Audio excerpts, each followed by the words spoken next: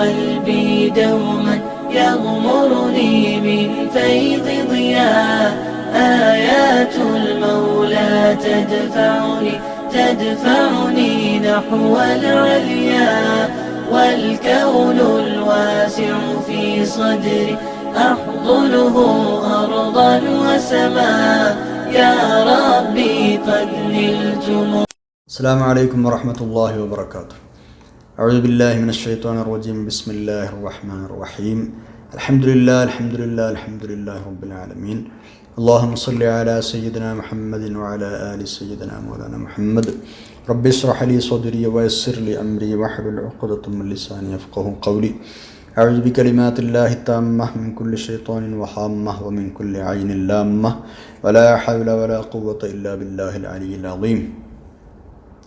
ബഹുമാന്യരായ സഹോദര സഹോദരിമാരെ, നമ്മൾ സൂറത്തുൽ മുസമ്മിലാണ് പഠിക്കുന്നത്. 7-ാമത്തെ ആയത്തിലാണ് നമ്മുടെ ചർച്ചയുള്ളത്.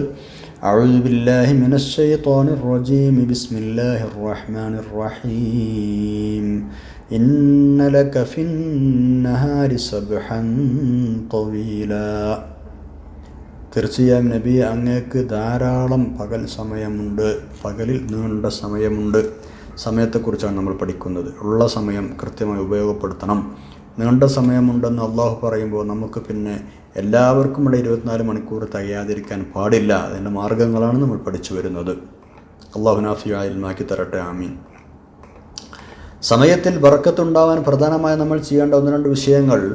ഏറ്റവും പ്രധാനമായി കഴിഞ്ഞ നഷ്ടപ്പെടുത്തിയ സമയങ്ങളെക്കുറിച്ച് നമുക്ക് ഖേദമുണ്ടാവണം. പക്ഷേ അതിനങ്ങനെ കെട്ടിമാറിയണ്ട.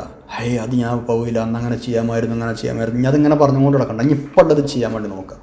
അതിലൊരു ഖേദം വേണം, നഷ്ടപ്പെട്ടതിൽ ഖേദം വേണം. പക്ഷേ ആ ഖേദത്തിൻ്റെ എഫക്റ്റ് അല്ലെങ്കിൽ അതിങ്ങനെ എപ്പോഴും നമ്മളങ്ങനെ ശല്യപ്പെടുത്തി ഒരു നെഗറ്റീവ് സൈഡിലേക്ക് നമ്മളെ കൊണ്ടുപോകാൻ പാടില്ല. ആ ഖേദം ഉണ്ടാവുകയും പക്ഷേ ആ ഖേദത്തെ കവർ ചെയ്യാൻ, ആ നഷ്ടപ്പെട്ടതിനൊക്കെ നമ്മൾ കവർ ചെയ്തെടുക്കാൻ മാത്രം അമലുകൾ ഇപ്പോൾ നമ്മൾ ചെയ്യുകയും ചെയ്യുക.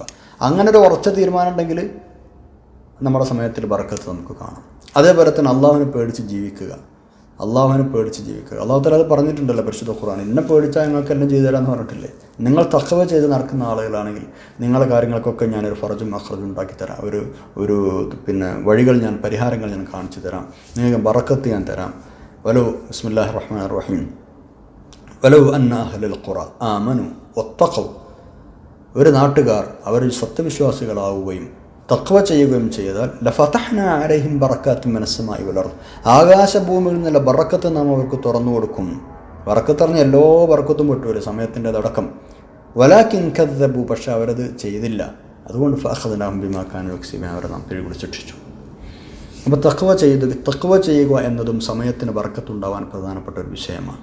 മഹാന്മാരായ പണ്ഡിതന്മാർക്ക് അങ്ങനെ ഇമാം നവവി റഹ്മത്തുള്ളാഹി അലൈഹിയൊക്കെ നമുക്കറിയാം 40 വയസ്സ് വരെ ജീവിച്ചിട്ടുള്ളൂ. പക്ഷേ എത്ര കിതാബുകളാണ് എഴുതി വെച്ചത്, എത്ര വലിയ സംഭാവനകളാണ് ദീനിയ ഇൽമിന് നൽകിയത്, പ്രത്യേകിച്ച് ഫിഖഹിനൊക്കെ എത്ര നൽകിയത്. റഹ്മാനായ റബ്ബേ, എത്ര വയസ്സ്? 40 വയസ്സിൻ്റെ ഉള്ളിൽ. അപ്പോൾ ആ സമയങ്ങൾ അള്ളാഹുവിനെ പേടിച്ച് ജീവിച്ച മുത്തഖീങ്ങളായ മനുഷ്യന്മാരായതുകൊണ്ട് അവർക്ക് അത്രയും സമയം ബർക്കത്ത് കിട്ടി. അവർ എഴുതിയ ഗ്രന്ഥങ്ങളാണ് ഇന്നും പഠിക്കുന്നതും പഠിപ്പിക്കപ്പെടുന്നതും വായിക്കുന്നതും അനുസരിച്ച് അമൽ ചെയ്യപ്പെടുന്നതും. എന്തൊരു കൂലിയായിരിക്കും അവരുടെ ഖബറിലെ. യാ റബ്ബ്, തഖ്വ ചെയ്തു എന്നതാണ് കാരണം. അതേപോലെ തന്നെ ഇതേപോലെയുള്ള മഹാന്മാരായ ആളുകളുടെ കഥകൾ, ചരിത്രങ്ങൾ വായിക്കുകയും അതിൽ നിന്ന് പാഠം ഉൾക്കൊള്ളുകയും അവരെ അനുകരിക്കുകയും ചെയ്യുക. അവരെങ്ങനെയാണ് സമയം ഉപയോഗപ്പെടുത്തിയത് നോക്കുക. ഇമാമുന ഗസാലി തങ്ങൾ, ഇമാമുന നവവി തങ്ങൾ റഹ്മത്തുള്ളാഹി അലൈഹിം, ഇങ്ങനെയുള്ള മഹാന്മാരായ ആളുകളൊക്കെ എങ്ങനെയാണ് അവർ സമയം ഉപയോഗപ്പെടുത്തിയത് മനസ്സിലാക്കുക തന്നെ. അതിനനുസരിച്ച് നമ്മൾ ആവാൻ നോക്കുക. അതൊക്കെ ഓൽക്കല്ല, വലിയ ആൾക്കാരില്ല എന്നുണ്ടെന്നും കാര്യമില്ല. നമുക്ക് മണിയാൽ അവർക്ക് എത്താം. നമ്മളും തഖ്വ ചെയ്ത് ജീവിച്ചാൽ മതി. ആ ലെവലിലേക്ക് അള്ളാഹു ഇപ്പോൾ എല്ലാവർക്കും അള്ളാഹിൻ്റെ ഔദാര്യം ഓശാറായി കൊടുക്കാമല്ലോ. നമ്മളും നമ്മളെ കൊണ്ടാവുന്നതും ശ്രമിക്കാം. തഖ്വ ചെയ്ത് ജീവിക്കാൻ നമുക്കും ഉയരാം. അതിലൊന്നൊരു സംശയമില്ല. നമ്മൾ ഈ തിരക്കിൻ്റെ ഇടയിൽ ഈ ലോകത്ത് ജീവിച്ച ആൾ തന്നെയല്ലേ മഹാനാത്തിപ്പറ്റ മൊയ്തീൻകുട്ടി മുസ്ലിയാർ, നവ്വർ അല്ലാഹു മർഖദഹു. അള്ളാഹുവിൻ്റെ സാമീപ്യം സിദ്ധിച്ച മഹാനാണെന്ന് നമ്മളൊക്കെ വിശ്വസിക്കുന്ന, നമുക്കൊക്കെ ഉറപ്പുള്ള വലിയ മഹാനാണ് അദ്ദേഹം. നമ്മുടെ കൂട്ടത്തിൽ അദ്ദേഹം ജീവിച്ചത്. നമ്മളെപ്പോലെ ഗൾഫിൽ പോയിരുന്നു അദ്ദേഹം, UAE ഉണ്ടായിരുന്നു അദ്ദേഹം. അപ്പോൾ എന്തിനാ എനിക്ക് വേണ്ടതില്ല ഇബാദത്ത് എടുക്കാമെന്ന് എൻ്റെ അടുത്ത് കിടക്കാമെന്ന് എന്ന് അള്ളാഹ് നമ്മളോടൊക്കെ ചോദിച്ചാൽ പഠിച്ചവനെ ഞാൻ കുറേ കാലം ഗൾഫിൽ ചെയ്യുന്നു, കുറേ നാട്ടിൽ ചെയ്യുന്നു, കുറേ അവിടെ നിന്ന്, കുറേ ഇവിടെ നിന്ന്, കുറേ ബിസിനസ് ചെയ്യുന്നു, കുറേ ക്ലാസ്സുകളിൽ നിൽക്കാനൊന്നും സമയം കിട്ടിയിട്ടില്ല എന്ന് പറഞ്ഞാൽ എടോ നിങ്ങളുണ്ടായിരുന്ന ആ കാലത്ത് തന്നെയല്ലേ അത്തിപ്പറ്റ മൊയ്തീൻ കുട്ടി ഇസ്മായിൽ ജീവിച്ചത്, നിങ്ങൾ അവരെ കണ്ടിരുന്നില്ലേ? അള്ളാഹു തആല ചോദിക്കൂലേ നമുക്ക് എന്ത് ന്യായമുള്ളത്? ഞാനൊരു ഉദാഹരണം പറഞ്ഞതാണ്. അപ്പോൾ ഇങ്ങനെ മഹാന്മാരായ ആളുകൾ എങ്ങനെയാണ് ജീവിച്ചിരുന്നത് അതൊക്കെ ഒന്ന് കണ്ടു പഠിച്ചിട്ട് അത് അനുകരിക്കാൻ വേണ്ടി ശ്രമിക്കുക. അത്ര നല്ല നല്ല ആളുകളോട് സുഹബത്തും അവരെ കൂടാൻ ശ്രമിക്കുക. അപ്പൊക്കെ ടൈമിൽ ബർക്കത്തുണ്ടാവും. നല്ല നല്ല ആൾക്കാരോട് കൂട്ടുകൂടാൻ വേണ്ടി ശ്രമിക്കുക, വേണ്ടാത്ത ആൾക്കാരോടല്ല. പിന്നെ അള്ളാഹുവിന് എപ്പോഴും ശുക്ർ ചെയ്തുകൊണ്ടേയിരിക്കുക. ഇത് ബർക്കത്ത് കൂടാനുള്ളൊരു കാരണമാണ്. എന്താണ്? ഇത് എല്ലാറ്റിലും ബർക്കത്ത് കൂടും, സമയത്തിലടക്കം. വഇദ് തഅദ്ദന റബ്ബുക്കും ലഇൻ ശക്കർതും ലഅസീദന്നകും. അത് ജനറലായി പറഞ്ഞത്, നിങ്ങൾ എനിക്ക് നന്ദി ചെയ്യുകയാണെങ്കിൽ ഞങ്ങൾക്ക് നല്ലവണ്ണം കൂട്ടിത്തരാം. അത് എന്ത് വിഷയത്തിലും അങ്ങനെ തന്നെയാണ്. അള്ളാഹു നമുക്ക് സമയം തന്നതിന്, ആയുഷ് തന്നതിനൊക്കെ ശുക്ർ ചെയ്യുക. അപ്പോൾ ആ സമയത്തിൽ അള്ളാഹു തആല ബർക്കത്ത് ചെയ്ത് തരും.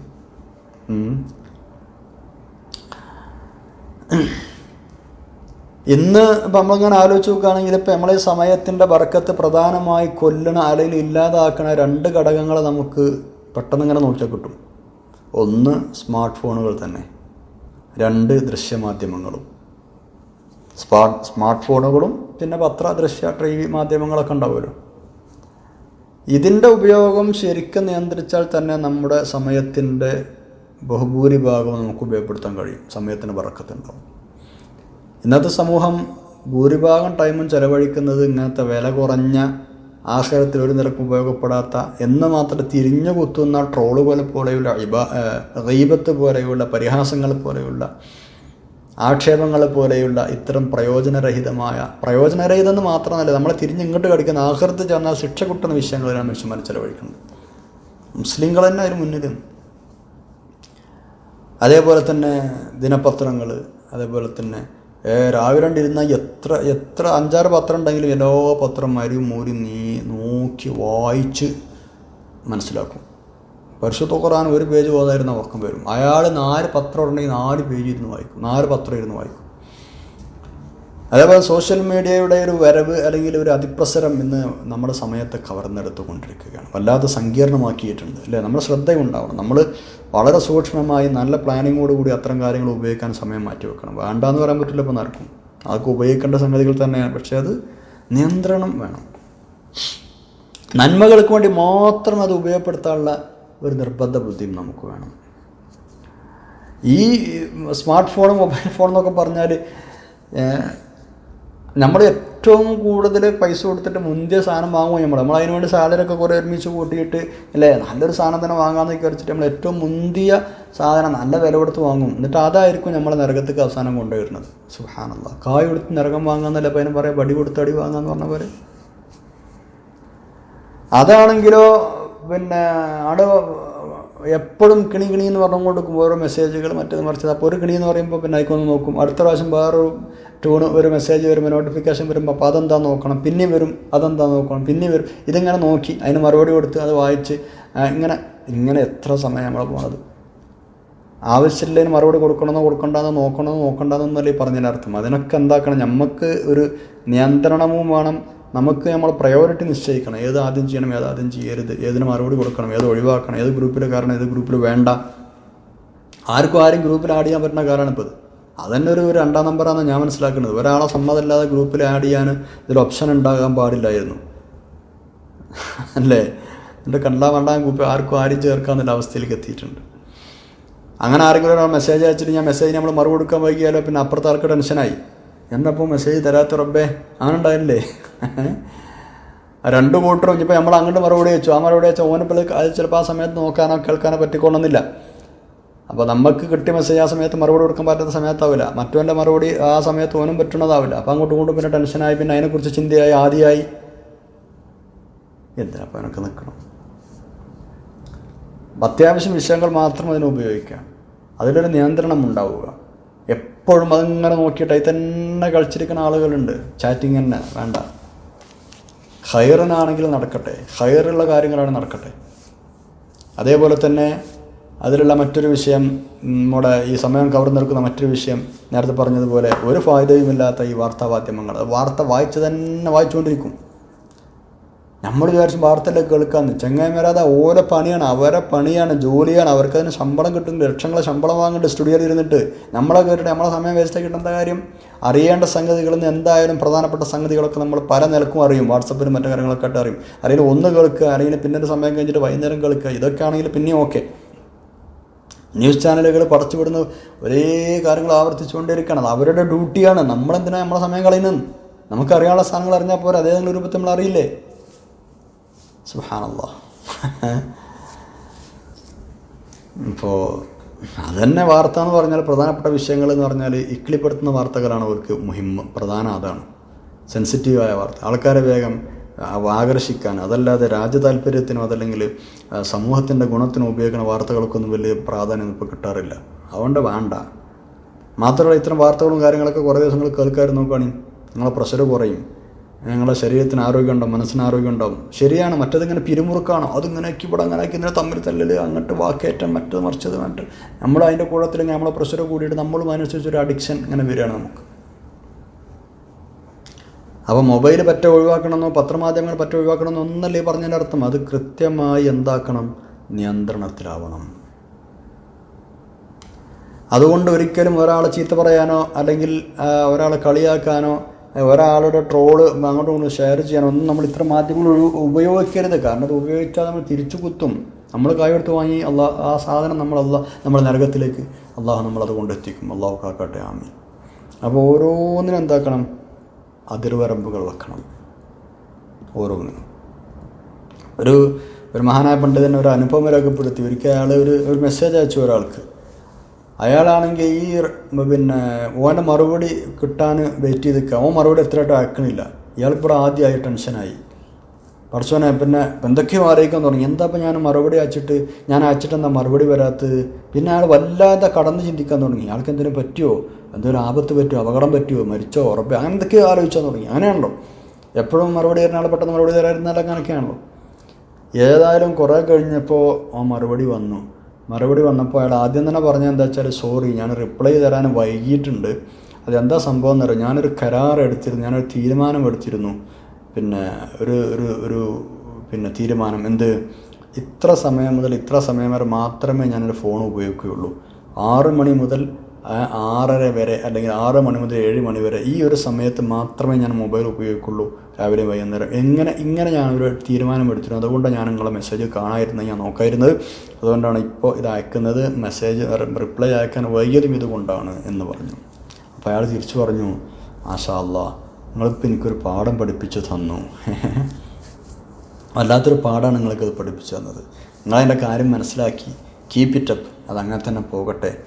എനിക്ക് നിങ്ങൾ മറുപടി തന്നതില്ല, അതൊന്നും പ്രശ്നമല്ല. അങ്ങനെയാണ്. അപ്പം നമ്മളതിന് സമയം വെക്കുക. എനിക്കറിയാം, ചില ഫാമിലിയൊക്കെ എനിക്കറിയാം ഇങ്ങനെ നിയന്ത്രണമുള്ള നമ്മുടെ കുടുംബങ്ങൾ ഇങ്ങനെ നിയന്ത്രണം വെക്കണം.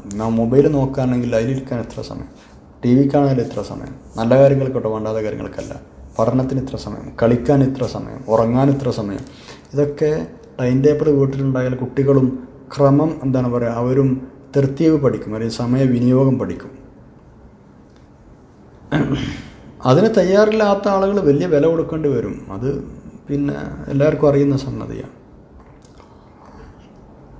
അപ്പോൾ ഇങ്ങനെയാണ് വിഷയങ്ങൾ. അപ്പോൾ നമ്മൾ ഈ ബറക്കത്ത് തിരിച്ചു കിട്ടാൻ ഏറ്റവും പ്രധാനമായി ചെയ്യേണ്ടത് ഇത് രണ്ടും തന്നെയാണെന്നാണ് എൻ്റെ അഭിപ്രായം. മൊബൈൽ ഫോണിൻ്റെ ഉപയോഗം നമ്മൾ നല്ലതിനാക്കുക, വേണ്ടാന്ന് പറയാൻ പറ്റില്ല, നല്ലതിന് ഉപയോഗിക്കുക. നല്ല നല്ല കാര്യങ്ങൾ, ഖുർആൻ ക്ലാസ്, ഇപ്പോൾ ഇതൊക്കെ ഇപ്പോൾ ഖുർആൻ ക്ലാസ് നമുക്ക് കേട്ടുകൊണ്ടിരിക്കുന്ന മൊബൈലിലാണ്. ഇത്തരം വിഷയങ്ങൾ ദീനിലും ദുന്യാവിനും ആഖിറത്തിനും ഉപകരിക്കുന്ന വിഷയങ്ങൾക്ക് ഉപയോഗിക്കുക. അതാണ് ഇപ്പോൾ ഈ പറഞ്ഞതിൻ്റെയൊക്കെ ചുരുക്കം. അങ്ങനെ ആകുമ്പോൾ ആ മൊബൈൽ നമുക്ക് അനുകൂലമായ സാക്ഷി പറയും, അല്ലെങ്കിൽ പ്രതികൂലമായ സാക്ഷി പറയും. നിങ്ങളുടെ മൊബൈലിൽ ഇപ്പോൾ ഒരു പേജ് ഖുർആൻ നോക്കി ഓതിയിട്ടുണ്ടെങ്കിൽ ആ ഖുർആനും ആ മൊബൈലും അവിടെ വരും. ഖിയാമത്ത് നാളെ ദൈവത്തിൽ ഓതിയിട്ടുണ്ട്.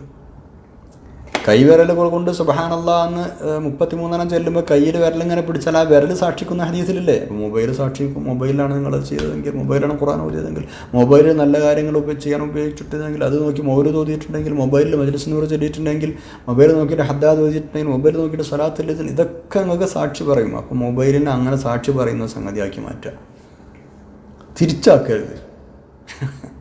രണ്ടിനും സാധ്യതയുണ്ടല്ലോ. തിരിച്ചാവാനാണ് സാധ്യത കൂടുതൽ. കാരണം യൂട്യൂബ് തുറന്നാൽ നല്ലതും ഉണ്ടാവും, ആകാത്തതും ഉണ്ടാവും. പിശാചാണെങ്കിൽ നോക്ക് എന്നുണ്ടെങ്കിൽ പിന്നാലെ കൂടുകയും ചെയ്യും. അപ്പോൾ അതിന് നിൽക്കണ്ട. ഉറച്ച തീരുമാനം എടുക്കണം. നമുക്ക് ആഖിറത്തേക്ക് എല്ലാ ആളാണ്, ബാക്കിയുള്ളവരന്മാർ ഇവിടെ കൊണ്ട് തീരുന്നവരല്ല. നമ്മൾ ആഖിറമാണ് ഉദ്ദേശം. അള്ളാഹു നമുക്ക് നല്ല ബോധം തരട്ടെ, തൗഫീഖ് തരട്ടെ. ആമീൻ. ഇൻഷാ അല്ലാഹ് കുറച്ചുകൂടെ പഠിക്കണം നമുക്ക്. സുബ്ഹാനക അല്ലാഹുമ്മ വബിഹംദിക അശ്ഹദു അല്ലാ ഇലാഹ ഇല്ലാ അൻത അസ്തഗ്ഫിറുക വഅതൂബു ഇലൈക്. അസ്സലാമു അലൈക്കും വറഹ്മത്തുള്ളാഹി വബറകാതുഹു.